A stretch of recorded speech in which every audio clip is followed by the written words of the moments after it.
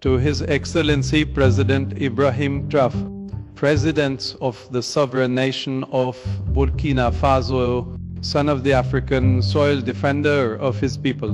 May grace and peace be multiplied to you through wisdom, courage, and truth. I received your letter not as a political communique, nor as a demand echoing through diplomatic channels. I received it as the cry of the soul, powerful, principled, and painful, from a son of the continent that has known too much loss, too much silence, and too many broken promises.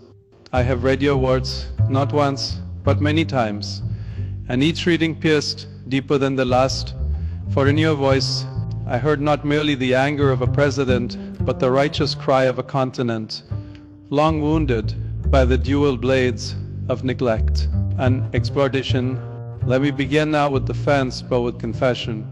Yes, the Church has, at moments in history, stood beside colonizers, when it should have stood beside the crucified. There were chapters, some long, some shamefully brief, where the mission of salvation became entangled in the machinery of subjugation, where the banner of the cross was hoisted beside flags of empire, and the teachings of Christ were diluted by the ambitions of kings. For these sins, sins of omission and commission, I bow my head in repentance. No institution, however sacred, is above self-examination, and if the Church is to remain a beacon, it must not only shine light outward, it must shine it within. You asked, will this papacy be different? And to that I reply, not only will it be different, it must be. For too long the African voice has been heard only in whispers. Your leaders have been praised only when they were pliable, and demonized when they dared to defy unjust systems. Your resources have been extracted while your people were left to scavenge what was theirs to begin with. But Africa is not a charity case. Africa is not a patient waiting for the West to administer spiritual or political anesthesia. Africa is the cradle of courage, the wellspring of song, the pulse of prophecy. It is not the world's burden, it is its teacher. Let me speak plainly, as you did, President Traoré, on colonial legacy. President Traoré, you spoke of chains not only of those that bound the bodies of our ancestors, but the invisible ones that still clutch at the soul of Africa.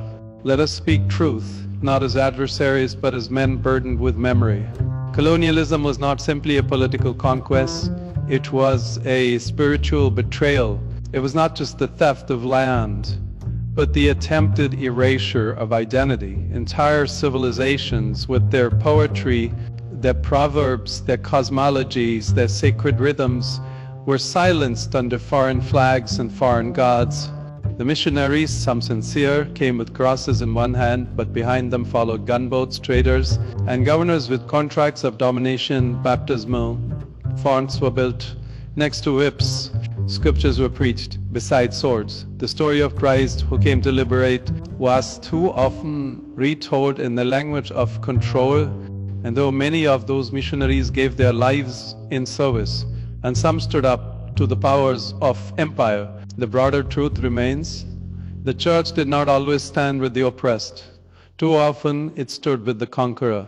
I confess this not as a political calculation, but as a moral reckoning. Because if the Church is to truly mirror Christ, then it must weep where Christ would weep.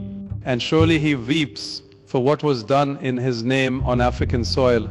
I have seen the ruins of colonial prisons turned into schools.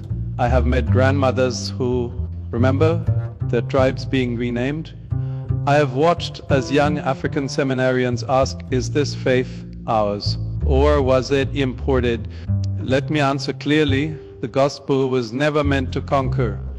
It was meant to liberate. Christ was never a colonizer. He was a carpenter from Nazareth, brown-skinned, occupied, poor.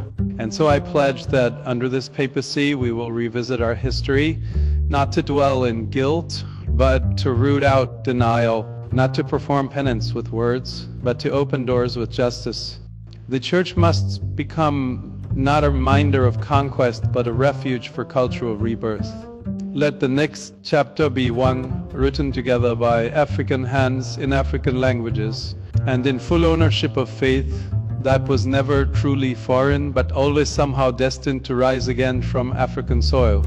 On economic injustice, President Traoré, when you speak of blood-stained minerals and hunger in the shadow of gold mines, you are not exaggerating. You are revealing a wound that the world has chosen to dress with silence. Africa is rich, yet too many of her children remain poor. Why so?